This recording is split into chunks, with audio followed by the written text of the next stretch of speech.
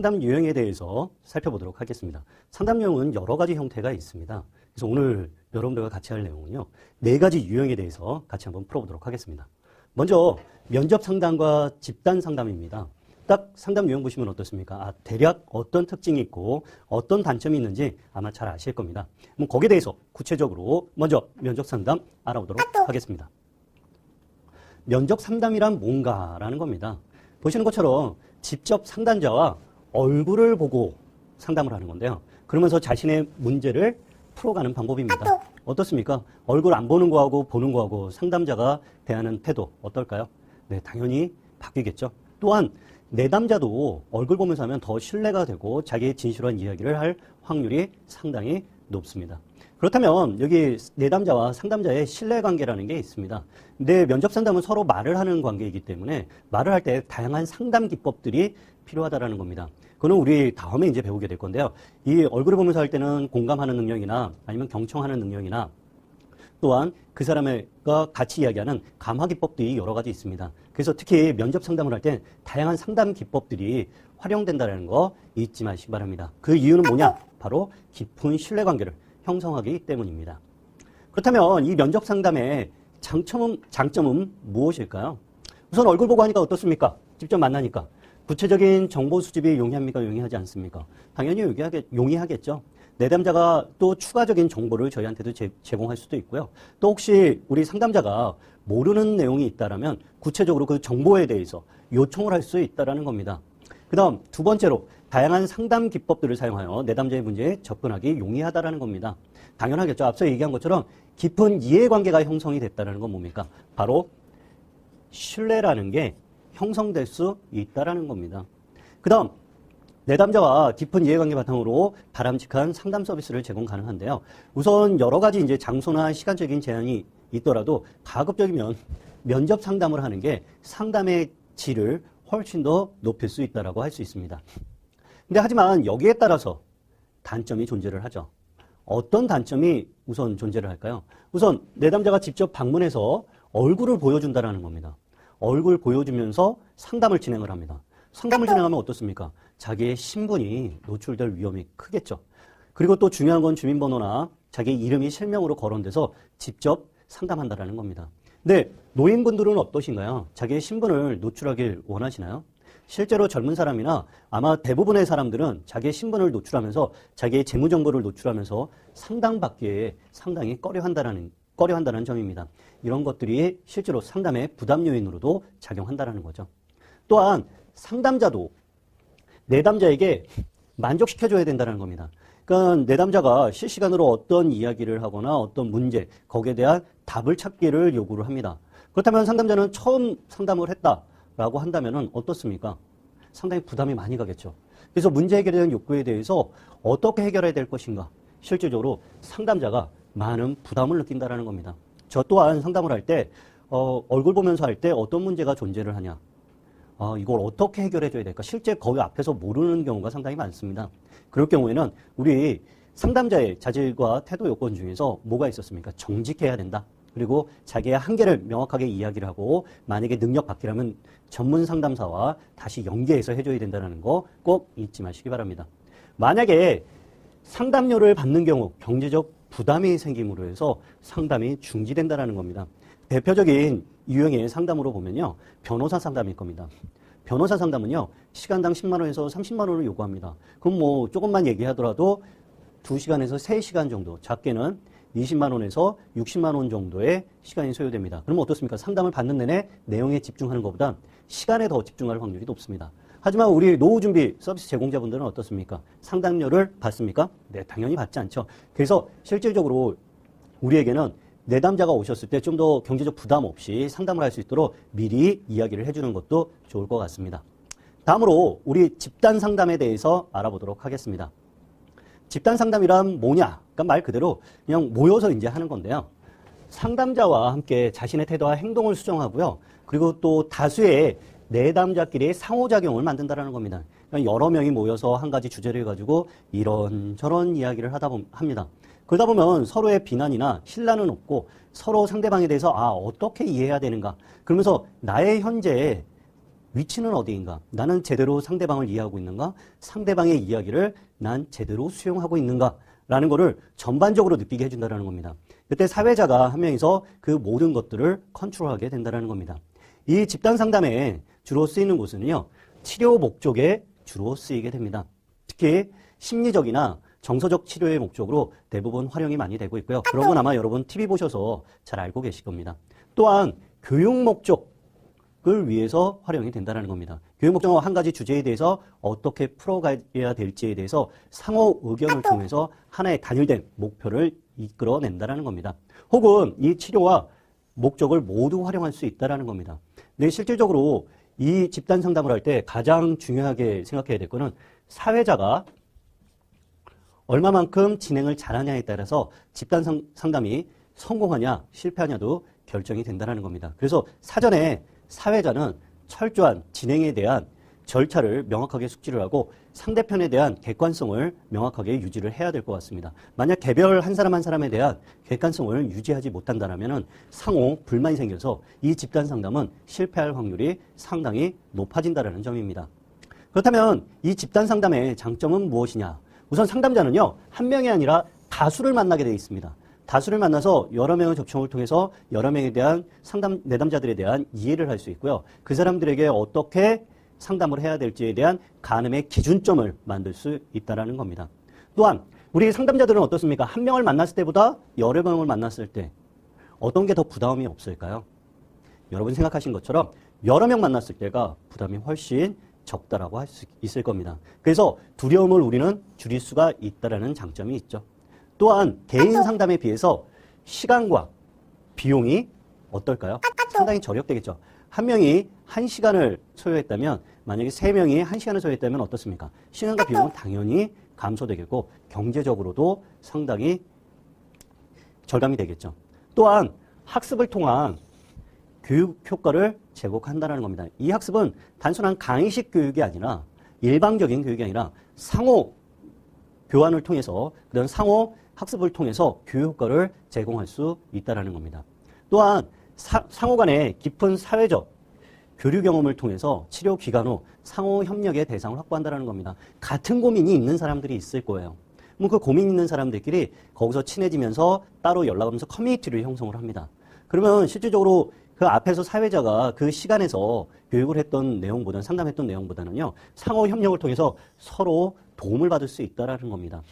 그러면 전체로 봤을 때는 나랑 상담자의 한 명과 그 다음 내담자와 내담자끼리의 상호 관계를 통해서 교육 효과를 훨씬 더 증대할 수 있다는 사실입니다.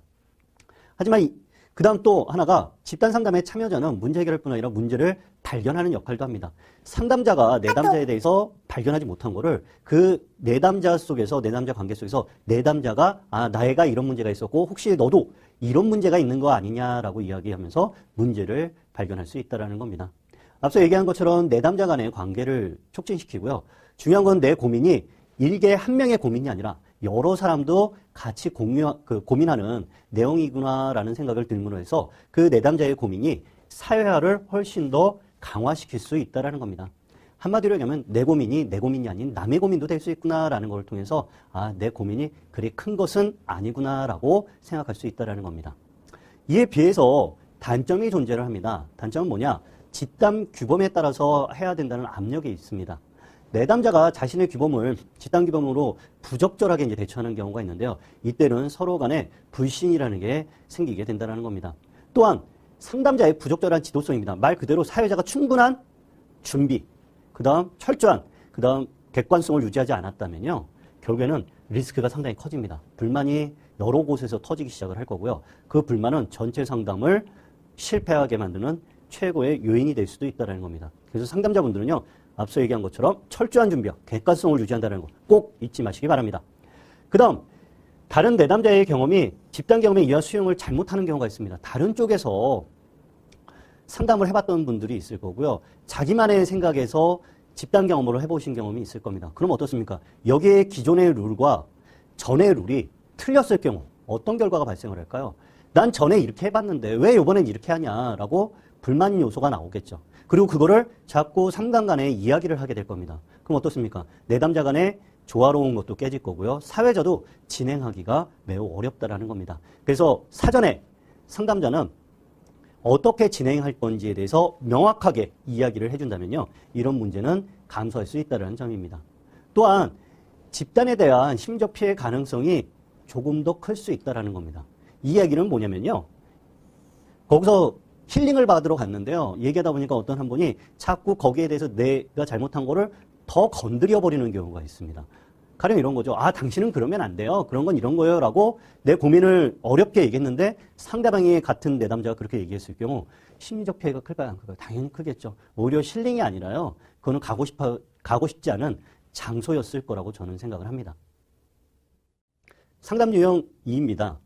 그러면 상담 유형에서는 전화 상담과 인터넷 상담에 대해서 알아보도록 하겠습니다.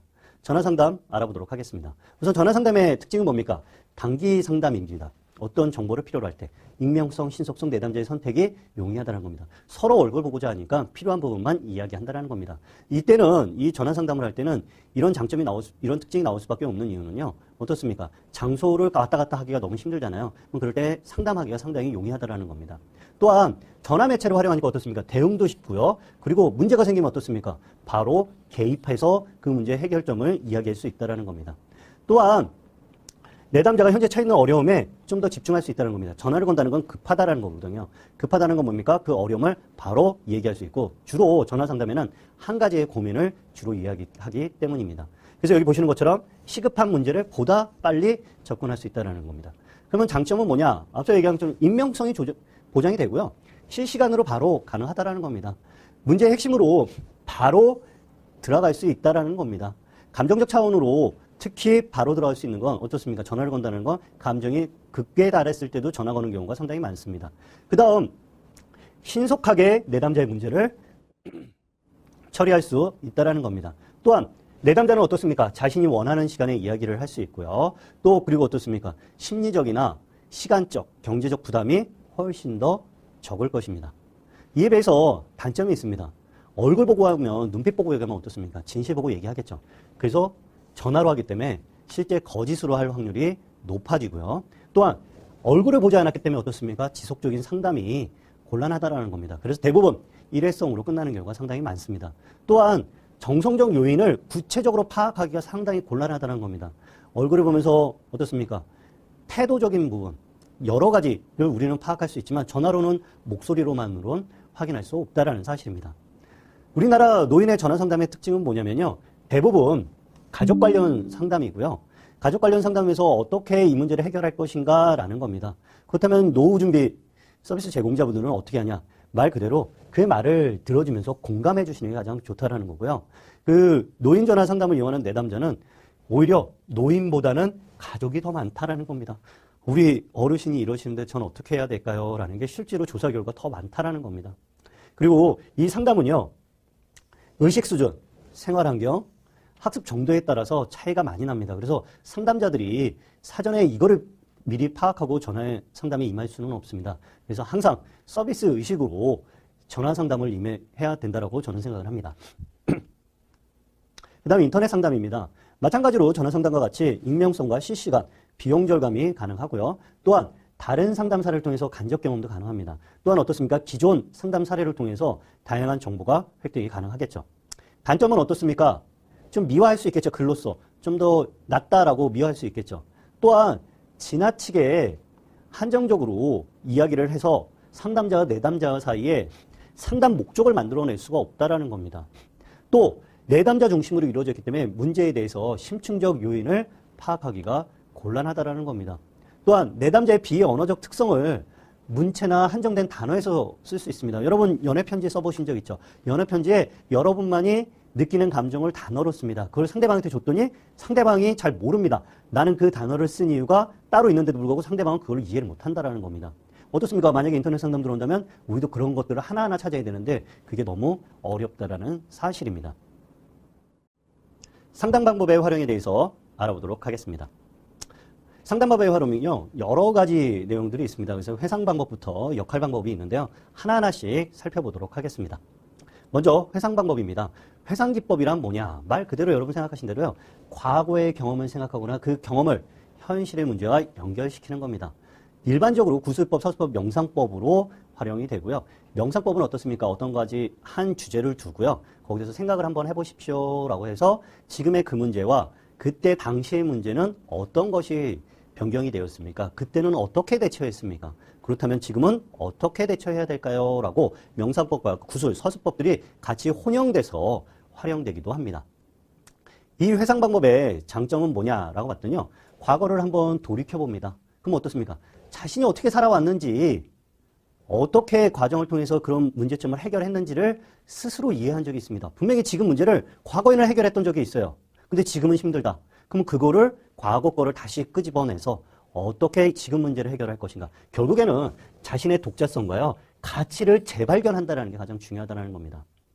근데 또 여기서 이제 우리가 생각을 했고요. 자연스럽게 또 발생되는 회상을 이용을 해야 되는데 까딱 잘못하면 이 회상이 잘못된 아주 나쁜 기억까지도 불러일으킬 필요가 있다는 점입니다. 그거는 사전에 사회자가 배제할 수 있도록 이야기를 해야 된다는 겁니다.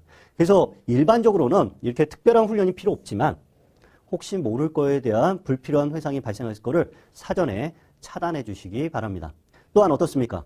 비용이 들어갑니까? 네. 본인이 생각하는 거라 비용이 별도로 들어가지도 않고요. 그리고 접근성이 어떻습니까? 상당히 용이하다는 점이죠.